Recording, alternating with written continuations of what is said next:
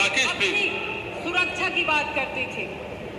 मैं आपका ध्यान, माननीय अधिष्ठाता महोदय जी, मैं आपका ध्यान अपने तरफ ले आना चाहती हूँ।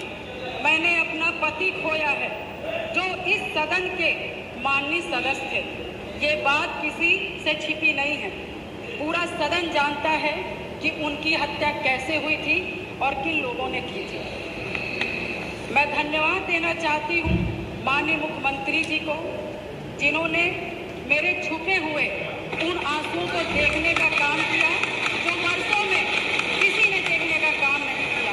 मेरा दुख, मेरा तकलीफ माननीय मुख्यमंत्री जी ने देखने का काम किया और सही मायने में मुझे न्याय दिलाने का और देने का काम किया। माननीय अधिष्ठाता महोदय जी, मुझ जैसे पता नहीं कितने प्रयागराज में पीड़ित परिवार को माननीय मुख्यमंत्री जी ने ऐसे अपराधियों को दंड दे करके उनको न्याय दिलाने का काम किया है। और कल शायद मेरी प्रयागराज की जनता मुझे सुनेगी तो वो लोग भी माननीय मुख्यमंत्री जी को धन्यवाद देने का काम करेंगे पुनः दोबारा। और माननीय अध्यक्ष जी, मेरे जैसे पता नहीं कितने महिलाओं की सिंदूर को मिटाया गया, पता नहीं कितने माताओं की गोदी सूनी कर दी गई। मैं धन्यवाद देना चाहती हूँ ऐसे मुख्यमंत्री जी का, जिन्होंने जीरो टॉलरेंस ला करके, पॉलिसी को ला करके, अपना करके अपराध और माफिया अतीक अहमद जैसे अपराधियों को मट्टी में मिलाने का काम है। आज प्रयागराज, अधिष्ठाता महोदय जी, आज प्रयागराज ही नहीं अपितु पूरा उत्तर प्रदेश की जनता आज माननीय मुख्यमंत्री जी के तरफ विश्वास की नजर से देखता है कि कोई भी प्रदेश का कोई भी माफिया या भू माफिया हमारे भाई की तरफ, हमारी महिलाओं की तरफ, हमारी बहनों की तरफ बुरी नजर से उठा के देखने का काम करेगा तो उस हर अपराधी को मिट्टी में मिलाने का काम किया जाए। और माननीय अधिष्ठाता महोदय जी, मैं ये कहना चाहूंगी कि कोई जिसकी सबसे बड़ी बात, क्योंकि जो करके दिखा दे उसी पर विश्वास किया जाता है। मैं भी 3 बार इस सदन की विधायक रही हूँ, बहुत छोटी उम्र से रही हूँ। सबके विश्वास और सबकी आस से मैं यहाँ पर आई हूँ। उसी आशा और विश्वास को जब भी मुझे किसी ने दिलाया है तो मैं उसके साथ खड़ी रही हूँ। मैं कहना चाहूँगी कि इसकी सबसे बड़ी नजीर प्रयागराज में आपने हत्याकांड में देखा होगा, जिस तरह से जिसमें मेरे पति की हत्या हुई थी और जिस घटना को पूरा प्रदेश जानता है। मैं माननीय मुख्यमंत्री जी के, जब माननीय मुख्यमंत्री जी के आने के बाद मुझे न्याय मिला, मेरे पति के हत्यारे अतीक अहमद को माननीय मुख्यमंत्री जी ने मिट्टी में मिलाने का काम किया।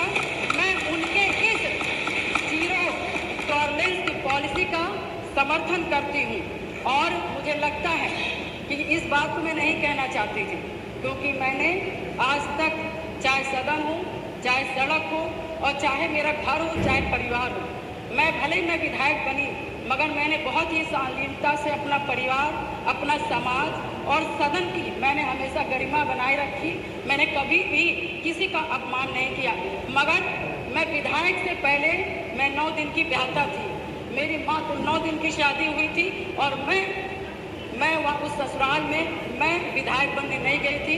मैं सिर्फ उस घर का रोटी बनाने के लिए गई थी, अपना परिवार बसाने गई थी। मैं शायद मेरे आराध्य शिव जी को तरस आया होगा, जिन्होंने इस तरह की सरकार बनाई और हमारे जो राम जी को मानने वाले, भगवान जी हनुमान जी को मानने वाले हैं, ऐसे मुखिया उत्तर प्रदेश के सरकार के मुख्यमंत्री बने। और शायद मेरी दम घुट रही थी और शायद मुझे दिक्कत हो रही थी और शायद मैं लड़ते लड़ते कहीं ना कहीं अंदर से टूट रही थी, शरीर कमजोर हो रही थी, परेशान हो रही थी। ईश्वर को भी तरस आया और महाराज जी को भी तरस आया और मुझ जैसी महिला को न्याय दिलाने का काम किया। उत्तर प्रदेश की जनता को, मुझ जैसी महिलाओं को न्याय दिलाने का काम किया। अब आप समाप्त करें।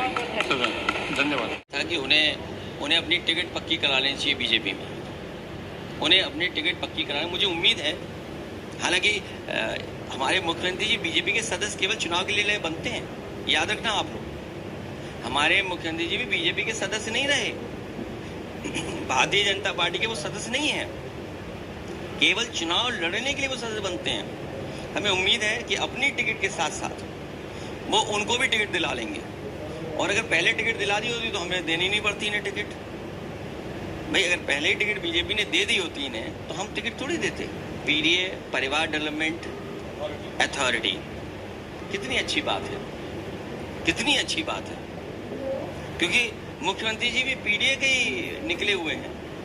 उदाहरण, इनके मामा अगर ना आए होते, अगर इनके मामा मठ में ना होते, मुझे नहीं पता कि किस कारण उत्तराखंड से यहाँ आए हैं। ये हमारे प्रवासी मुख्यमंत्री हैं, नेटिव प्लेस नहीं उनकी है, तो इसलिए उनसे बेहतर कौन समझेगा, क्योंकि मठ में जिस स्थान पर बैठे हैं, मैं तो लोकसभा में बाद में आया हूं, वो तो पहले कब्जा किए हैं। तो असली उदाहरण कोई है तो वो भी तो उदाहरण उसी के हैं। उनके मामा ना होते तो शायद वो भी ना होते। और जहां तक पॉलिटिकल है, अरे चाचा हमारे साथ है, क्यों टेंशन ले रहे हो आप लोग? ना योगी जी को टेंशन लेनी चाहिए।